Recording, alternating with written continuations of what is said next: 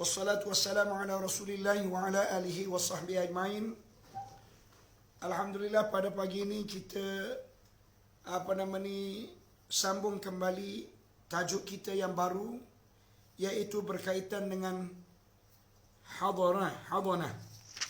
Berkaitan dengan hadanah. Hadanah.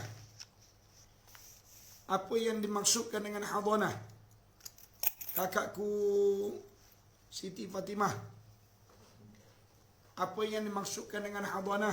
Kakakku Kharijah, Kak Asnah, Kak Ruslina, apa maksud hadanah?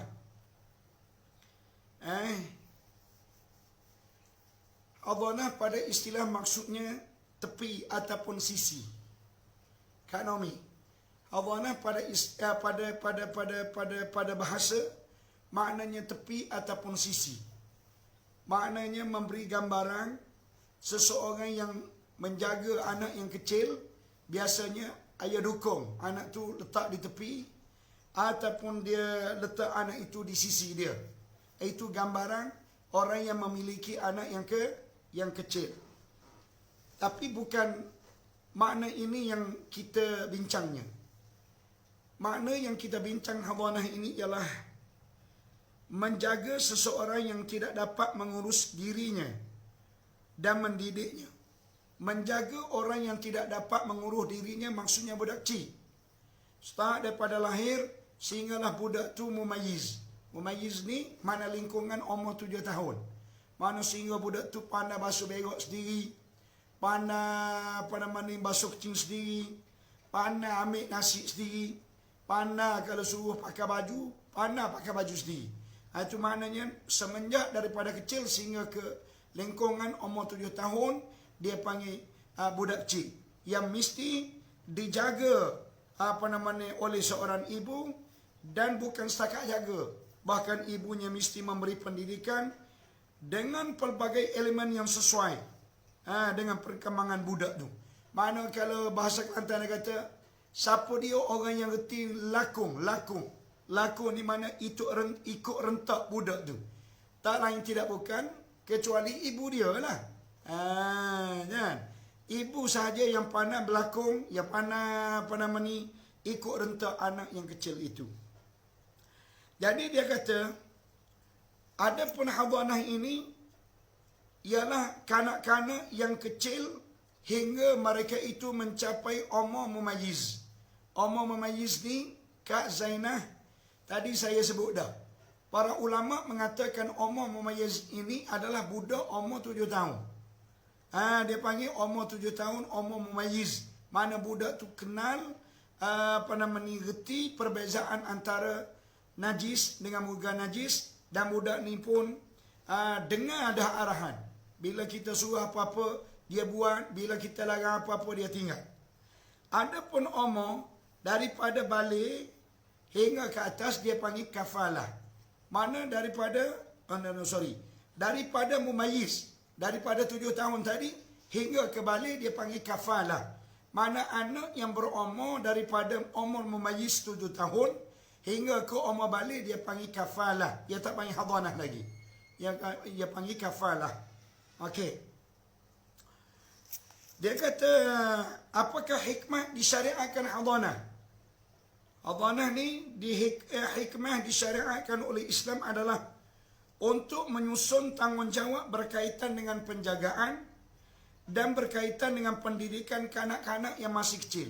Ni cerita dia Ustaz Mus'ad. Cerita dia apabila berlaku pergaduhan antara suami dengan isteri ataupun antara ayah dan ibu. Jadi apabila mereka itu bergaduh sehingga sampai kepada peringkat mereka itu bercerai. Bila bercerai akan berebut anak yang kecil ni. Akan berebut adik suamilah. Suami pun kata dia nak jaga. Isteri semestilah dia rasa dia nak jaga sebab anak itu dia yang melahirkan kan. Jadi bergaduh. Tak sudahan. Bila tak sudahan, adik Suhaila kena beri ingatan kepada suami-suami di luar sana. Mu kena ingat apabila berlaku perebutan anak yang kecil ini, iaitu daripada mula-mula lahir hingga umur anak mumayyiz, iaitu hingga umur anak 7 tahun, ingat Orang yang Islam membenarkan mengambil alih untuk penjagaan anak ini adalah ibu yang melahirkan anak. Mana suami tak perlu keng. Nah, ya kata tak perlu keng. Tak perlu mendabik dada untuk mengambil anak tu lah. Sebab mu orang lelaki memang tak pandai nak jaga anakmu. Kebanyakan orang lelaki memang tak pandai. Walaupun ada juga di antara orang lelaki yang daripada kecil lagi dia yang mengasuh, mendidik, membelai, mengurus anak ni ada. Antaranya suami yang kita kata faktor pekerjaan tak sama dengan isteri. Isteri kerja shift, manakala lelaki kerja office hour. Jadi kebanyakan anak ni berada di sisi suami. Anda kata berlakulah perceraian, maka walaupun begitu suami mungkin ingat, walaupun berlaku perceraian, anak ni lama dah duduk denganmu, belayan kasih sayang pun denganmu 100% kalau dibandingkan dengan isterimu, maka Islam kata kena beri kepada isteri juga dulu. Sebab apa? Sebab yang melahirkan anak itu adalah isteri. Kecuali ada bukti yang menunjukkan bahawa memang binimu ni tak layak dia mengambil anak itu untuk diasuh dan untuk diterbiah. Kenapa? Sebab ditengok background awal lagi, memang isteri dia ni reti beranak je. Lepas tu apabila nak membesarkan anak tadi diurus oleh suami, maka pada waktu itu kena minta persetujuan daripada mahkamah. Biasanya mahkamah akan membenarkan suami juga akan mengambil untuk mendidik dan juga mengasuh anak tadi. Baik, dia kata siapakah yang lebih berhak untuk menjaga anak-anak tu? Ya, apabila berlaku pergaduhan, anak kecil ini ada, siapa dia yang berhak untuk mengambil? Dia kata pasangan suami isteri yang bercerai dan mempunyai anak lelaki ataupun anak perempuan yang masih kecil dan belum mencapai umur mumayyiz, maksudnya budak kecil lah, maka ibunya lebih berhak terhadap penjagaan anak itu. Ingat Ustaz Rizal, kau mana ibunya lebih berhak? Kenapa? Kenapa Islam membenarkan ibu tadi untuk mendidik, mengasuh anak yang kecil ini? Kerana yang pertama, seorang ibu itu lebih kasih dan lebih sabar menanggung bebanan menjaga dan mendidik anak-anak yang kecil. Ini sifat semula jadi. Orang perempuan apabila dia melahirkan anak, memang dia sayang sangat pada anak dia. Kita orang lelaki tugas buat anak. Bila buat anak, sayang juga pada anak. Tapi sayang kita dia tak keterlaluan, tak sampai peringkat sayangnya seorang ibu kepada anak yang dia lahir. Yang kedua, ibu lebih lembut dalam menjaga dan mendidik anak-anak. Ibu juga lebih mampu memberi kasih sayang dan kecintaan yang diperlukan oleh anak-anak. Jadi sebab itu Kak Faridah, apabila ibu mengasuh anak, semua permainan penuh dalam rumah. Kenapa? Sebab tu kerja ibu. Apa yang anak nak beri belaka. Sampai nak suruh kaki pun tak boleh dalam rumah. Penuh dengan kereta-kereta permainan. Penuh dengan alat-alat permainan. Itu ibu yang mengasuh tu. Kalau bapa mengasuh, suci rumah, bersih. Kenapa? Sebab bapa ni dia mendidik anak dengan didikan yang kasar, yang keras. Jadi menyebabkan anak dia menjadi feda, anak menjadi bengong dengan banyak anak memberontak. Dalil ibu lebih berhak daripada ayah dari sudut penjagaan anak yang kecil ini adalah hadis Nabi SAW, iaitu Abdullah bin Amru berkata, seorang wanita datang berjumpa dengan baginda Nabi dan berkata, wanita itu kata, wahai Rasulullah, sesungguhnya anakku ini aku yang mengandungnya, kemudian akulah juga yang menyusunya, dan akulah yang... Boleh. Okey dah. Okey, memang problem ni. Kita pakai lain internet, isteri saya memang problem dia punya. Yang saya mungkin tak tahu apa mungkin. Okey, dengar tak suara saya ni? Dengar tak?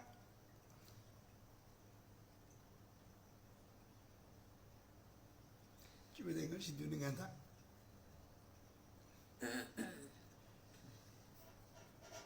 Okey, Nabi mengatakan kepada perempuan tadi, di mana perempuan mengadu, ya Rasulullah, aku cerai dengan tok laki aku.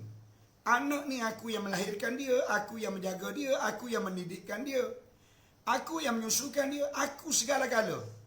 Tiba-tiba molek aku datang untuk lelaki nak ambil anak ni. Maka Nabi pun bersabda. Nabi kata anti ahakum bihi malan tangkihi. Nabi kata antimu ahakum bihi lebih berhak dengan anakmu ini malan tangkihi selama mana kamu tak menikah baru. Selama mana mu tak kahwin baru, mu lebih berhak terhadap anak kecil itu. Jadi maknanya berdasarkan kepada hadis Nabi ini, orang-orang lelaki di luar sana apabila berlaku perceraian antara awak dengan bini awak dan awak punya anak yang kecil, tak payah gata-gata kita nak ambil, jaga anak tu. Sebab apa? Sebab dia disebut tadi. Yang pertama, yang lebih sayang, yang lebih cinta, yang lebih dekat, yang lebih faham kerana anak-anak ni adalah ibu, isteri kita. Kita orang lelaki barangkali sayang juga, barangkali cinta juga, barangkali kasih juga. Tetapi tak sampai peringkat kita boleh mengikuti rentak anak-anak. Sedangkan dia anak kecil. Anak kecil kita tak boleh nak ukur dia, nak rotan, nak pukul, nak sepak, nak tendang dia, tak boleh. Kenakalan anak kecil ini memanglah nakal dia. Dia nakal. Jadi kita orang lelaki ni pula tak ada masa nak dengar rintihan daripada dia, nak dengar aduan daripada dia. Kita orang lelaki memang kita diciptakan oleh Allah Ta'ala, sifat kita begitu, kan? Jadi molek dah. Allah Ta'ala jadikan orang perempuan itu adalah orang yang sesuai dan dekat dengan anak-anak yang kecil. Tak apa, biarlah anak itu dijaga oleh dia. Yang paling penting kita kena beri nafkah yang mencukupi. Nanti apabila dia sampai umur kafalah. Kafalah maksudnya umur lebih daripada 7 tahun hingga ke umur balik. Maka pada waktu itu diberi option. Diberi pilihan kepada anak, sama ada anak tu nak tinggal bersama dengan kita ataupun nak tinggal bersama dengan ibu. Tabaliklah, anak akan pilih nak tinggal bersama ibu juga, kan?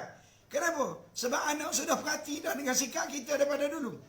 Daripada dulu lagi anak tu perhati dah dengan sikap kita, dengan pongohnya, dengan ganasnya, dengan kerasnya, dengan kasarnya, dengan payahlah nak sesuai dengan kena anak yang kecil ni.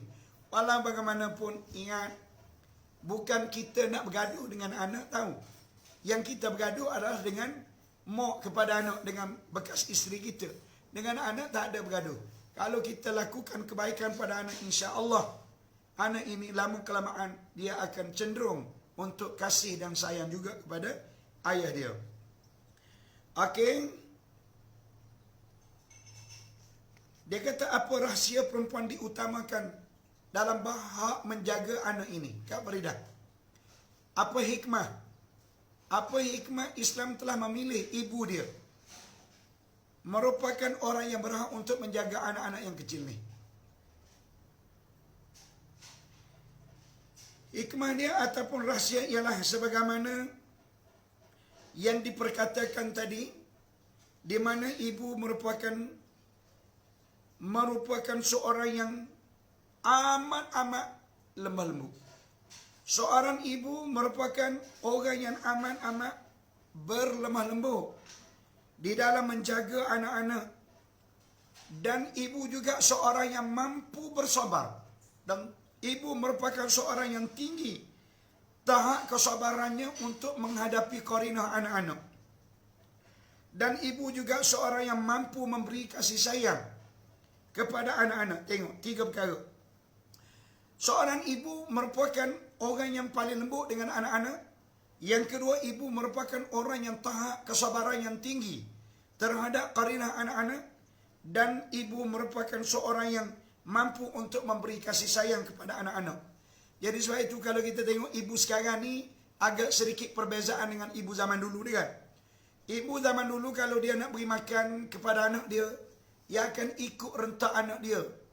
Anak budak kecil, dia makan bukan satu tempat.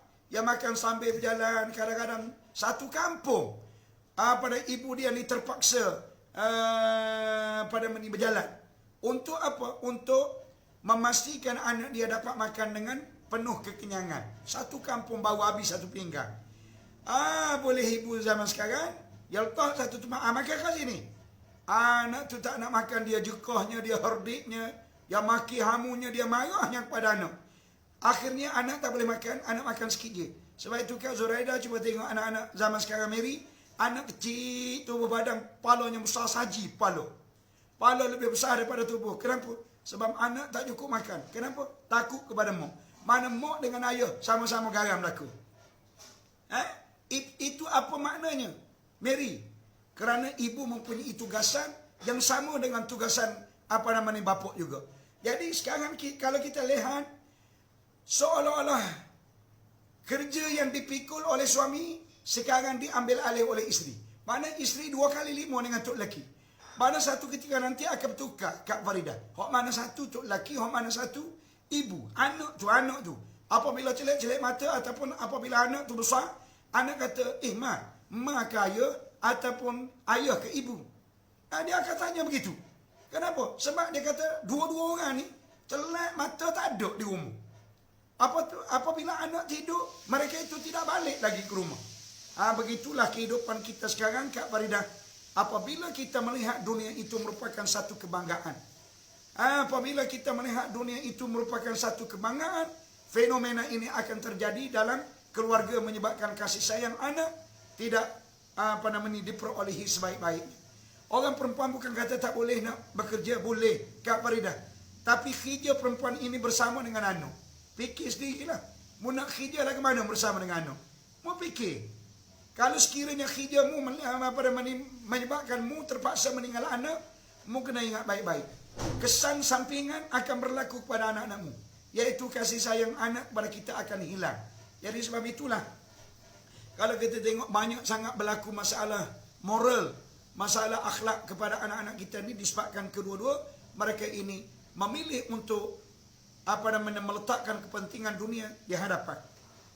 Okey.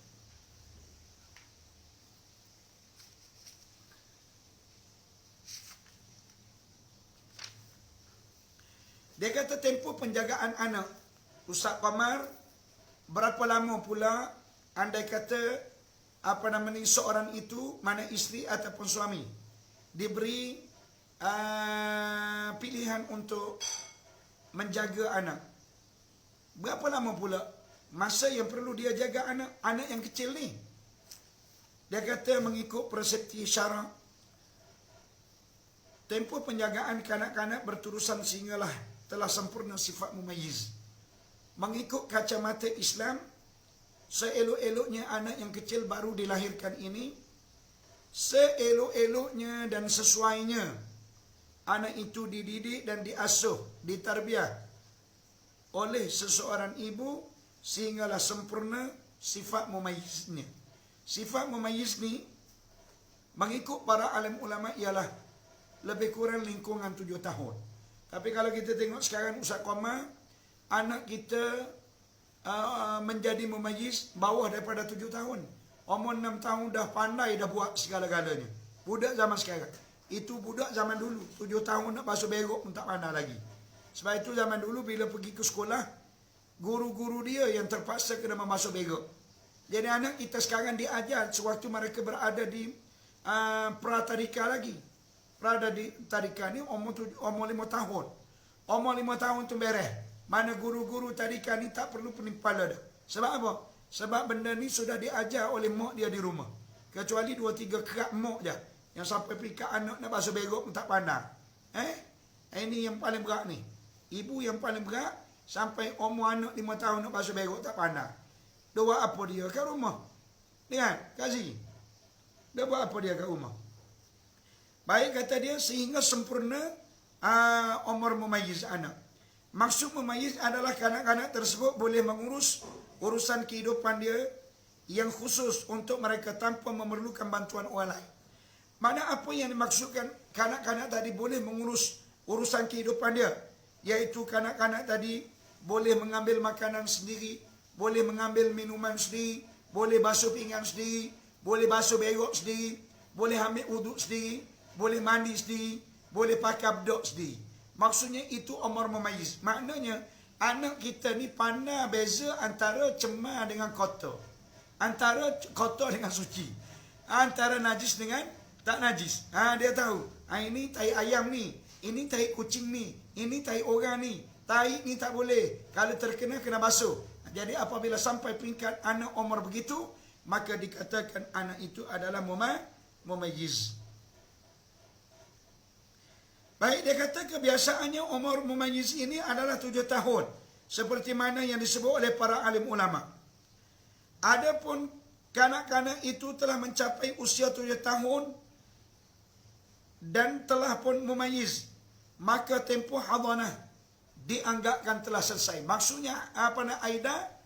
Apabila umur anak ini sudah pun sampai umur 7 tahun ataupun anak ini telah pun mumayyiz, maka tempoh hadanah sudah pun habis, maka pada waktu ini diberi option kepada anak tu sama ada nak tinggal dengan ibu dia ataupun nak tinggal dengan bapa dia. Kenapa? Sebab pada waktu itu dinamakan pula dengan umur kafalah. Di saat itu bermulalah satu peringkat yang kedua dalam penjagaan anak yang dinamakan dengan peringkat kafalah, bukan peringkat hadanah lagi. Kafalah maksudnya umur anak daripada 7 tahun hingga ke cukup umur. Jadi apabila kafalah, jika kanak-kanak tersebut mencapai usia 7 tahun ke atas, beliau diberi pilihan untuk memilih antara kedua ibu bapa yang mereka sukai. Sama ada mereka memilih untuk tinggal bersama dengan ibunya ataupun mereka memilih untuk tinggal bersama dengan bapaknya. Jadi waktu umur kafalah ni kena tanya anak nak duduk dengan siapa? Sudah tentulah anak pilih nak duduk dengan mak dia. Sebab mak dia mengasuh daripada kecil lagi kan. Tapi tak semua anak begitu. Kak Salma, tak semua anak begitu. Jadi sebab itu, pada waktu anak berada di peringkat hadanah, kalau ayah dia selalu datang memberi nafkah, tengok anak dia, lama-lama anak ni akan membuat pilihan.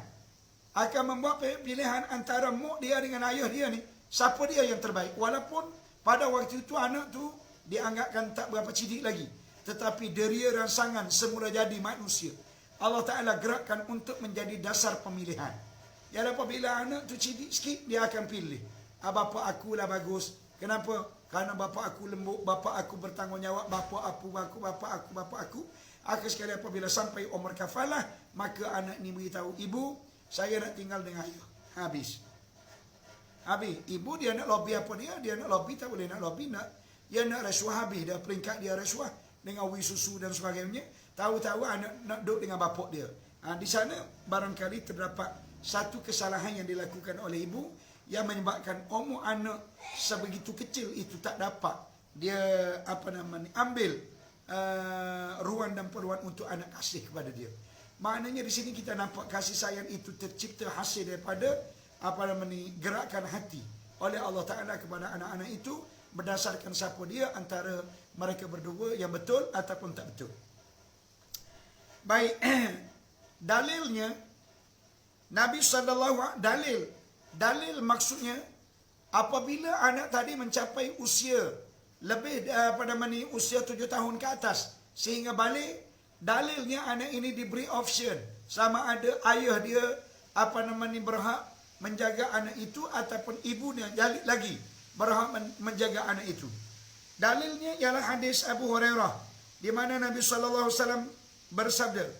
Nabi mengatakan bahawa pilihan kepada seorang kanak-kanak sama ada ingin memilih ibu ataupun bapa di waktu mana mereka itu telah mencapai usia kafalah, usia lebih daripada 7 tahun ke atas. Nurizan, ingat baik-baik.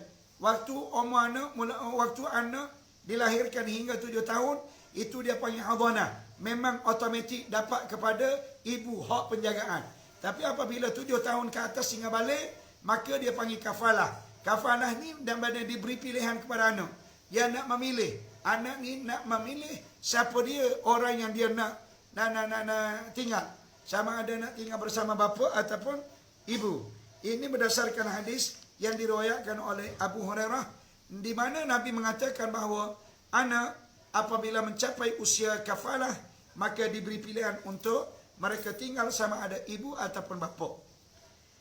Dan kata dia, seorang perempuan datang mengadu kepada baginda Nabi, "Wahai Rasulullah, bekas suamiku telah mengambil anakku. Jadi seorang perempuan mengadu kepada Nabi, mengatakan bahawa bekas tok laki dia ni datang nak ambil anak dia. Sedangkan kata perempuan itu, sedangkan aku telah memberi minum susu kepadanya. Sedangkan aku telah memberi minum kepada anak itu dengan mengambil air daripada telaga Abu Inabah. Ada sebuah telaga yang jauh daripada rumah dia. Nak ceritanya, dia nak cerita kepada Nabi, aku ni walaupun seorang ibu, terpaksa berkorban, berjalan kaki jauh nak ambil air di telaga ni, untuk memberi minum kepada anakku, untuk memberi makan kepada anakku. Sesungguhnya dia amat bermanfaat kepada aku. Maknanya oleh itu anak ini, kadang-kadangnya aku yang pergi ambil air, kadang-kadang anak ini yang mengambil airnya. Maka sudah tentu anak ini banyak memberi manfaat dan pertolongan kepada aku. Aku boleh menggunakan tenaga dia untuk membantu dan menolong aku. Rasulullah bersabda, kalau begitu, buatlah undian antaramu dengan tok laki. Mana sekarang ni seolah-olah anak dia sudah pembesar. Bukan kecil lagi. Anak dia sudah pembesar tapi tak sampailah lebih daripada cukup umur. Mana antara 7 tahun hingga ke 15 tahun. Mana tengah-tengah itulah umur anak dia. Jadi Nabi kata kalau begitu, sekarang tok laki mu pun nak juga anak ni. Mu pun nak juga anak ni. Sedangkan anak ini lahirnya daripada perkongsian kamu berdua. Jadi oleh yang demikian, kamu kena adakan undian. Bekas suami perempuan tersebut mengatakan, siapa yang mahu menghalangku? Ni debes sikit. Biasanya orang lelaki macam itulah. Mana ke mana pun, siapa dia yang boleh menghalang aku daripada mengambil anak ni? Sebab anak ni anak aku. Dia cakap kasar ni lelaki ni. Sedangkan sebelah dia tu adalah baginda Nabi. Sama dengan lelaki sekarang. Bila datang jumpa dengan ustaz, isteri membuat aduan. Ustaz, anak ni dari semenjak daripada beranak lagi sehingga sekarang tinggal dengan saya. Saya didik dia, saya asuh dia, saya beri duit kepada dia, saya beri segala-gala kasih sayang kepada dia. Tok laki saya ni tak pernah jenguk pun. Hari ni tiba-tiba mari nak ambil anak. Kan? Kita berkata bang, macam inilah. Jadi oleh kerana anak ni sudah pembesar, bukan lagi berada di peringkat hadanah, saya minta beginilah, antara abang dengan bekas isteri abang buat adakan undian. Kita tengok anak ni memilih siapa. Cara nak mengundi ni, suruh anak tu pegang tangan siapa dia. Jadi kalau sekarang anak ni pegang tangan abang, maka anak ni boleh diambil oleh abang untuk dididik. Andai kata anak ini memegang tangan ibunya, maka ibunya yang berhak untuk mendidik. Lalu Rasulullah bersabda lagi kepada kanak-kanak itu, ini adalah bapakmu, ini adalah ibumu. Mana kedua-dua mereka ni adalah ibu dan ayahmu. Tetapi oleh kerana mereka berpisah, maka hendaklah kamu memilih antara mereka berdua siapa dia orang yang kamu nak tinggal bersama dia. Nabi memberitahu kepada budak tu, mau pilih sebab budak tu dah cerdik dah. Maka tiba-tiba kanak-kanak itu pun mengambil tangan ibunya dan memegang. Maka Nabi mengatakan bahawa ini merupakan bahawa pemilihan kepada ibu sudah pun dipilih oleh anak. Maka kamu, wahai suami, baliklah kamu dan jalankan tanggungjawab kamu, tugasan kamu sebaik mungkin. Ingatlah anak ini adalah anak kamu berdua. Tetapi sekarang kita membincangkan soal hak untuk menjaga. Hak untuk menjaga siapa dia lebih berhak untuk menjaga anak ini. Jadi oleh demikian, berdasarkan kepada hadis ini, maka terjawablah kepada kita, itu cara yang paling mudah dalam Islam. Tak perlu kita bergaduh sebenarnya. Tak perlu orang lelaki ni nak gaduh-gaduh. Dan orang perempuan pun tak perlu juga nak gaduh-gaduh. Jadi anda kata anak memilih untuk memegang tangan bapak dia, maka terimalah hakikatmunya. Dengan anak ni adalah anakmu juga. Jadi bukan kata apabila dia memilih untuk tinggal bersama dengan bapak dia, maka kamu tidak ada ruang lagi untuk bersama dengan dia. Tak. Cuma dia memilih untuk tinggal bersama dengan bapak dia. Barangkali 2 hari dia duduk dengan bapak dia, dia akan balik ke rumahmu pula, kan? Begitu. Baik, syarat-syarat untuk mendapatkan hak hadanah. Syarat untuk mendapatkan hak hadanah. Syarat yang pertama, seorang yang nak mendapat hak hadanah mestilah seorang yang berakal. Kalau dia gila walaupun dia seorang ibu, tak boleh. Yang kedua, syarat dia ialah orang Islam. Orang bukan Islam tak boleh. Sebab itulah Kak Zuraida, contohnya orang ni dia masuk Islam. Molek-molek masuk Islam, setelah mana dapat anak yang kecil, tiba-tiba salah seorang daripada mereka yang bercerai. Katakanlah hak bercerai tu ibu. Apa nama ni seorang? Tiba-tiba salah seorang daripada mereka itu murtad, masuk kafir semula. Maka siapa antara mereka berdua berhak? Sudah tentu orang Islam.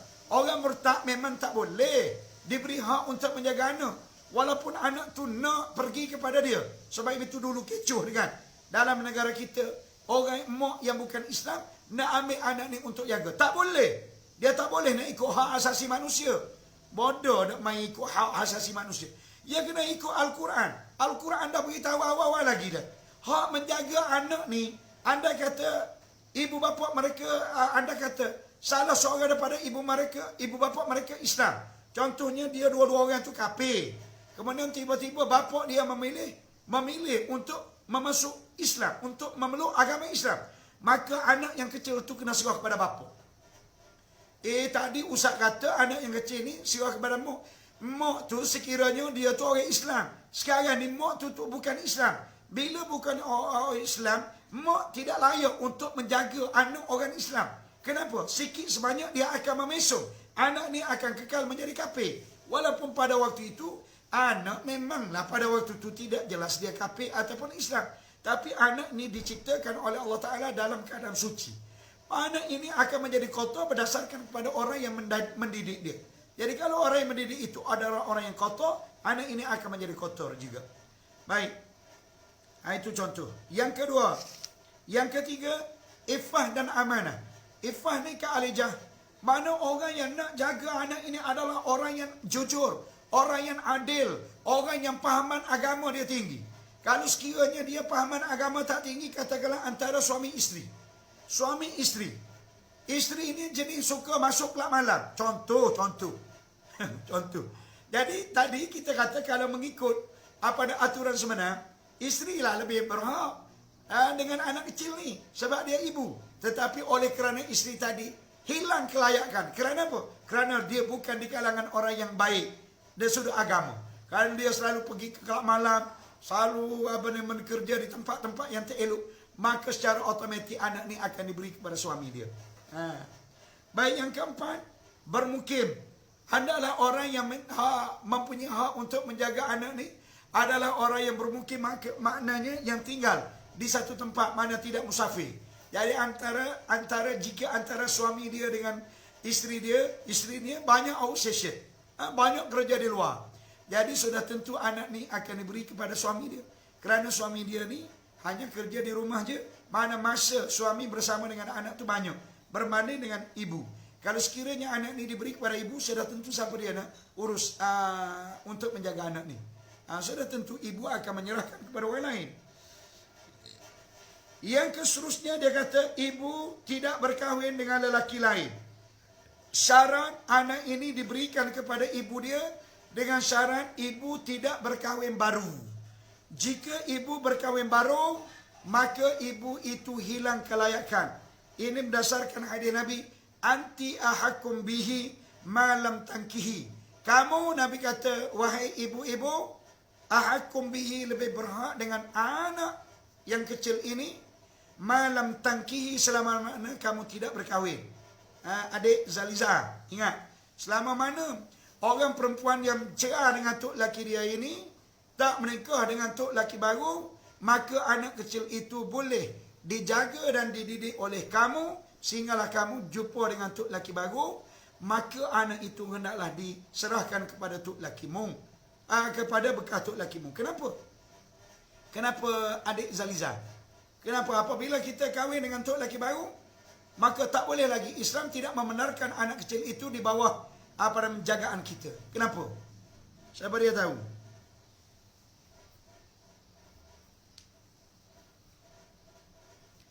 Jujur, kepahaman tinggi baik barulah lebih mengurus. Barulah boleh mengurus. Ya, betul. Betul Kak Mazian. Orang yang kepahaman agama, akhlak dia bagus, baru ada kelayakan untuk mengurus anak-anak. Okey, kenapa ni? Kenapa? Orang lain tolong bagi respon. Kenapa? Apabila seorang ibu itu berkahwin dengan tok laki baru, maka secara automatik gugur mereka hak penjagaan anak kecil ni. Jadi perasaan cemburu. Penyuruh ke mana? Cemburu ke mana pi? Jadi timbul perasaan cemburu. Cemburu ke mana? Ibu dia wajib taat pada suami. Ya betul Kak Rusia. Kerana ibu akan menghabiskan banyak masa untuk melayani tok laki dia. Jadi bimbang. Pada waktu mana contohnya tok laki balik kerja, tok laki baru balik kerja, tok laki memerlukan dia untuk ditiduri. Tiba-tiba pada saat dan ketika itu anak ni menangis. Sudah tentu dari rangsangan seorang ibu dia akan utamakan anak dia dulu. Pergi dulu kat dapur nak buat susu kepada anak dia kan. Tok laki tak malah rumah dah tunggu dalam bilik. Akhir sekali akan menimbulkan kemarahan pada tok laki. Jadi pada waktu ini tengok Islam ni. Islam ni menjaga adab dan tata sosial manusia ni sampai kepada peringkat itu sekali. Jadi maknanya tak boleh. Tok laki ni sehariman apabila dia mengajak isteri untuk apa-apa tujuan dia, dia tak boleh isteri nak dan buat kerja-kerja lain. Dia kena utamakan dulu namanya permintaan tok laki. Jadi agak-agak berlaku ke tidak pada perempuan isteri kita sekarang? Saya rasa jangan berlaku. Orang perempuan isteri kita sekarang tok laki ajak 10 kali dia buat bodoh gitu lagi. Kenapa? Sebab dah dia bodoh juga. Dia tak faham juga. Kan? Sebab itu nak faham ni Kak Alijah, isteri-isteri walaupun mu sudah berkahwin, mu kena belajar. Jangan kusuh perkahwinan ini diberi kepada budak-budak yang tak kahwin lagi. Jangan. Dia panggil ilmu. Ilmu proses mendapatkan ilmu ni. Bukan kata apabila kita sekarang menjadi bergelar isteri, tak perlu lagi kita belajar. Tak, kita kena belajar. Sebab banyak lagi kesilapan kesalahan yang masih dia lakukan. Cemburu sebab bukan dari benih dia. Ya betul. Cemburu adalah dia akan timbul perasaan marah pada tok laki baru. Ini anak ni bukan anak aku. Jadi sebab itu Islam meletak awal-awal lagi mananya gap, mana satu halangan, mana-mana ibu yang jika kamu bertemu dengan tok laki baru, anak ni hendaklah diserahkan kepada bapa dia. Anak ini diserahkan kepada bapa. Ada tu kalau bapa dapat bini baru, bapa dapat bini baru, tak apa. Sebab bapa dia sebelum menikah tu dia kena beritahu dah. Mu nak menikah dengan aku ni ada anak kecil. Mu boleh terima ke tak anak aku? Kalau mu tak boleh terima anak aku tak boleh terima mu sebagai bini aku. Sebab anak ni anak aku. Jadi anda kata mu boleh terima aku, mu kena terima juga anak ni anak aku. Sebab dia daripada aku. Kena notis. Kena beritahu awal-awal lagi. Tapi ramai je perempuan ni boleh terima anak orang. Dia kan? Tapi laki ni payah nak terima anak orang. Orang lelaki payah nak terima anak orang. Tapi orang perempuan dia boleh terima anak orang. Kenapa? Dari rangsangan orang perempuan ni, dia lebih dekat dengan anak. Jadi sebab itu, kadang-kadang dia ambil anak kucing, dia cium, dia dukung dia buat peluk tidur orang perempuan. Dia buat macam anak dia sendiri. Orang perempuan. Tapi orang lelaki ada peluk cium kucing. Jaga orang lelaki. Kalau ada orang jenis bakal cium kucing tu, bakal orang perempuan juga. Ustaz, kalau suami kahwin baru, suami lebih sayang isteri baru. Mana ada Kak Alijah? Suami ni dia boleh sayang belaka-laka. Isteri baru pun dia sayang, anak dia sayang juga. Itu orang lelaki. Memang macam tu. Sayang kepada bini, memang sayang belaka Kak Alijah. Tapi sayang kepada bini, dia sayang jenis lain. Sayang kepada anak, sayang jenis lain. Lelaki susah nak terima anak orang. Betul? Kak Nuriah. Orang lelaki susah nak terima anak orang. Sebab anak tu datang daripada benih orang. Sebab itu kalau kita tengok peratus sumbang mahram ni daripada siapa? Kak Nuriah. Peratus sumbang mahram ni kebanyakan berlaku kepada laki baru. Laki baru ataupun kita panggil suami tiri. Bapa tiri. Bapa tiri inilah banyak yang menyumbang mahramnya. Ketika mana perempuan itu ada anak dara dia 2-3 orang. Menikah dengan laki baru. Ingat baik. Laki ni apabila tengok anak dara kita, dia berasa geram.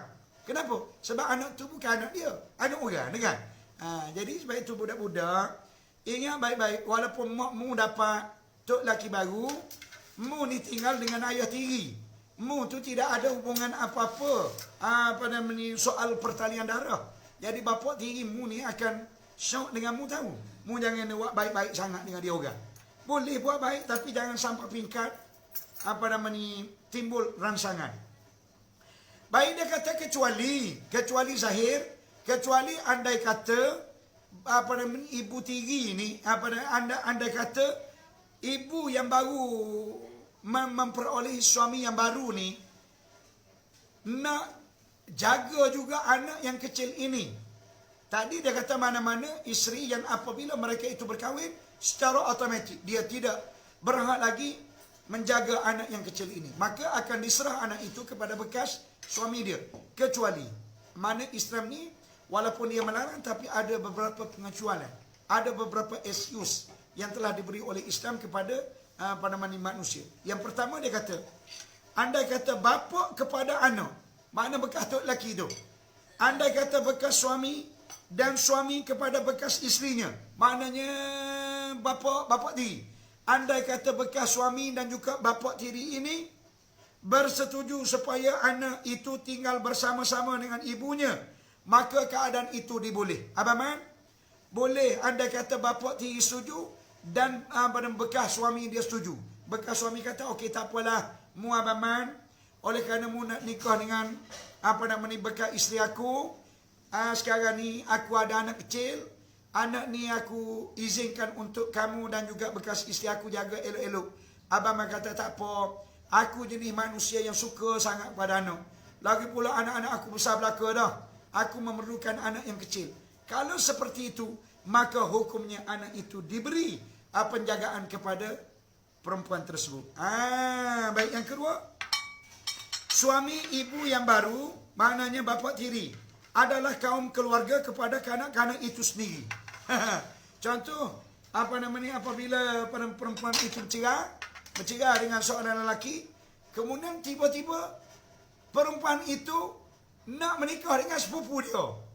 Nak menikah dengan sepupu dia. Sepupu ni mana hubungan yang dekat kan? Jadi kalau begitu, tak apa. Anak itu dikekalkan hak penjagaan kepada ibunya. Kenapa? Sebab sepupu dengan perempuan tadi adalah hubungan yang paling dekat. Maksudnya, mana tak perlu mendapat keizinan daripada bapa dia. Bekas suami dia. Kenapa? Sebab yang menjadi bapa kepada bekas isteri dia ni adalah kaum keluarga. Bapa kandung kena bagi nafkah. Ya, betul Abang Man. Bapa kandung wajib memberi nafkah. Sebab itu anak dia. Itu anak dia. Cuma sekarang kita bincang siapa dia nak jaga. Tugasan penjagaan itu adalah isteri. Cuma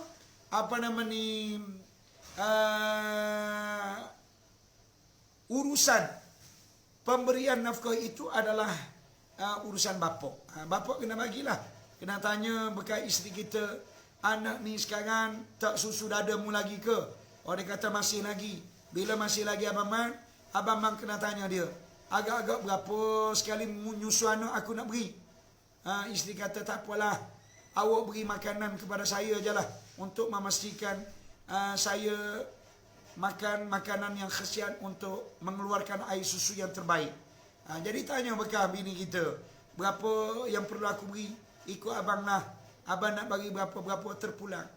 Jadi takkanlah kita nak bagi RM30 dalam masa sebulan ni kan? Kita kena ambil kira juga. Kita pun fikir-fikir, kalau aku beri banyak, rugi. Sebab dia bukan bini aku, bini orang. Jangan kita fikir rugi. Kita kena fikir, kalau aku beri contohnya 200 kepada dia, okey, kita niat sedekah. Ya Allah, ya Tuhan kami, 200 ini adalah sumbangan aku untuk anak aku dan juga untuk bekas isteri aku. Mudah-mudahan memberilah gantian yang terbaik kepada aku dan memberi kepada aku berjumpa dengan isteri yang terbaik. Gitu. Barulah Allah Ta'ala tolong kita. Ini kira-kira nak bagi 200, bagi RM20 lah. Cukup lah. Badan dengan muka-mu nak cerah sangat. Jangan. Itu baru susu. Pempoh pula. Pempoh pula. Lepas tu kena tanya pula, takut-takut anak tu sakit. Dia kan? Jadi apabila habis anak tu, masa 2 tahun, dia menyusu, maka sudah tentu anak itu berpindah kepada umur yang lebih tinggi, maka kos dia lebih besar lagi lah. Sebab anak ni nak hantar nasri, nak hantar ke mana-mana, jadi itu tanggungjawab bapa belaka. Jadi oleh yang demikian Kak Syida, sebab itu Islam tidak menggalakkan kita bercerai. Islam tidak menggalakkan kita bercerai. Bila bercerai, kita akan berasa macam banyak pula kita nak kena beri kepada dia. Pempoh lagi, susu lagi, nasri lagi. Kan? Jadi kalau duduk dengan kita, itu semua kita rasa macam tak besar. Oleh kerana dia tinggal bersama dengan kita. Apabila dia tinggal berasingan, kita berasa besar. Jadi oleh yang demikian, Sofi, Islam tak suruh kita bercerai. Kita jangan bercerai. Kalau ada problem apa-apa dengan bini kita, jangan bercerai. Cuma yang moleknya kita tambah bini baru. Supaya apa? Supaya dengan adanya bini baru ini, kesukaan yang kita rasai, yang kita perolehi terlalu amat sangat. Begitu. Walaupun ramai orang perempuan dia tak setuju gini. Peduli apa dengan orang perempuan memang siapa kiamat tak setuju kat Zuraidah. Tu. Kena buat dulu. Apabila buat dulu lama-lama dia hilang bengong dia akan setujulah. Dia bengong sekejap je. Begitu. Betul. Kak Alijah Soko.